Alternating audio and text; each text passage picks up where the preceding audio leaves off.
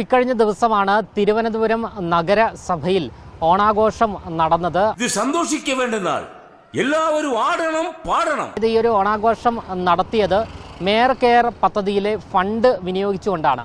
ഇതിനെതിരെ ഗുരുതരമായ ആരോപണവുമായി CPM-ന്റെ പാർലമെന്ററി പാർട്ടി നേതാവായ SP ദീപക് രംഗത്ത് വന്നിരിക്കുകയാണ്.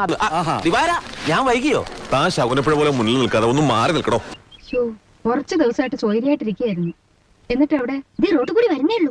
വൻകിട വാണിജ്യ വ്യാപാര കേന്ദ്രങ്ങളെ സമീപിച്ചുകൊണ്ട് വലിയ സമ്മാനങ്ങൾ വാങ്ങി മേയർ എന്നാണ്. ഇങ്ങനെ എന്തെങ്കിലുമൊക്കെ പറയുമ്പോഴേ എന്റെ മനസ്സിനൊരു സന്തോഷം ഉണ്ടാവുള്ളൂ.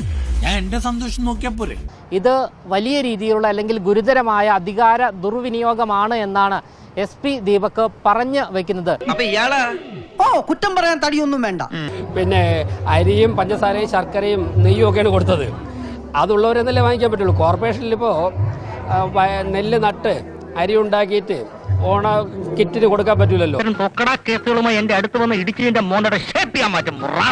അപ്പൊ അത് എവിടെയാണോ ഉള്ളത് നിയമാനുസൃതമായിട്ട് പ്രവർത്തിക്കുന്ന സ്ഥാപനങ്ങൾ അത് വാങ്ങും. ദീപക് 5 വർഷം ഇതൊക്കെ പറഞ്ഞുകൊണ്ടിരിക്കും. 16 വർഷമായിട്ടും ഭരിക്കാൻ കിട്ടാത്തതിന്റെ വിറയില്ല അയാൾക്ക്. കോർപ്പറേഷന് വേണ്ടി പ്രവർത്തിക്കുന്ന 4000 ജീവനക്കാരുണ്ട്, ശുചീകരണ തൊഴിലാളികളുണ്ട്, ഡോഗ് സ്ക്വാഡ് അംഗങ്ങളുണ്ട്.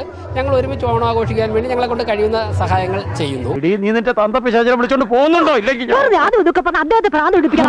പ്രതിപക്ഷ നേതാവിനെ കൊണ്ടുപോയി ഇത്രയും ശല്യമില്ല. കാരണം എന്താണ് മനസ്സിലായത്? ഞാൻ BJP ആയതുകൊണ്ട് ഇപ്പോഴൊന്നും അല്ലല്ലോ. CPM സ്വാഭാവികമായിട്ട് ആരോപണങ്ങൾ ഉയർത്തും. അപ്പൊ നമ്മൾ ഒതുക്കാനുള്ള പരിപാടിയാണല്ലേ? വേലായതിനോട് ആ സൈസ് കളിയൊന്നും വേണ്ട.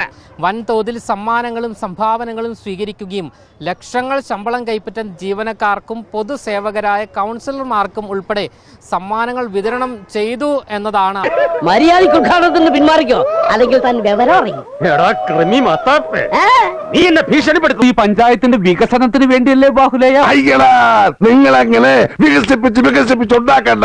മണമുള്ള പൂനുള്ളി മുടിയിൽ ചൂടി മണിക്കുട്ടി നീ എന്റെ മനസ്സുനുള്ളി.